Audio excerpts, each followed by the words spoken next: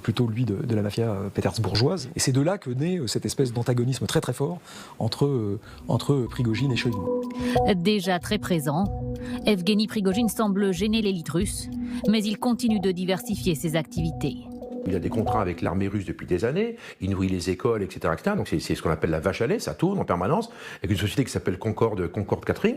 Le deuxième métier, c'est le métier de l'influence, le métier, si vous voulez, de l'ingénierie électorale, pour pas dire autre chose. Donc ça, c'est extrêmement important, ça donne un pouvoir qui est absolument incroyable, avec des fermatrolles, etc.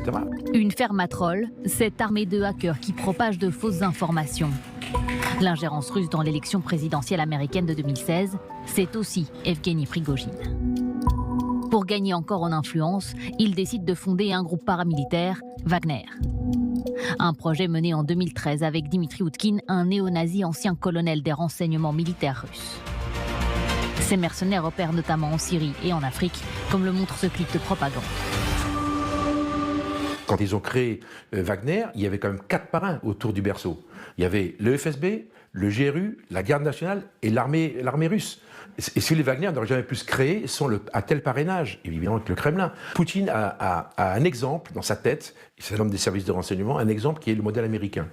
Un outil qui permettait deux choses. Un, d'avoir une espèce d'empreinte au sol, light footprint, relativement faible. Ce qui veut dire, en fait, vous êtes là sans être là tout en étant là. Wagner, en fait, n'est qu'un faux-nez ou un cache-sexe des opérations clandestines de la fraction la plus dure du renseignement militaire, celle qui fait les opérations d'assassinat des opposants et des opérations non revendicables. Si vous engagez une unité comme celle-là, pour faire quelque chose, une activité périphérique, on peut toujours, quand ça marche pas, on peut toujours dire que c'est de leur faute, et quand ça marche bien, ben c'est normal que ça marche bien. Et en 2014, ils ont participé très concrètement à la prise du Donbass et à la prise de la Crimée.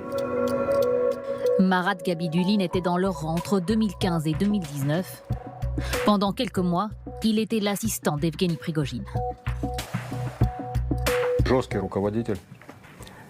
C'est un patron dur, partisan de méthodes totalitaires, intelligent, à poigne, créatif et qui pense à grande échelle.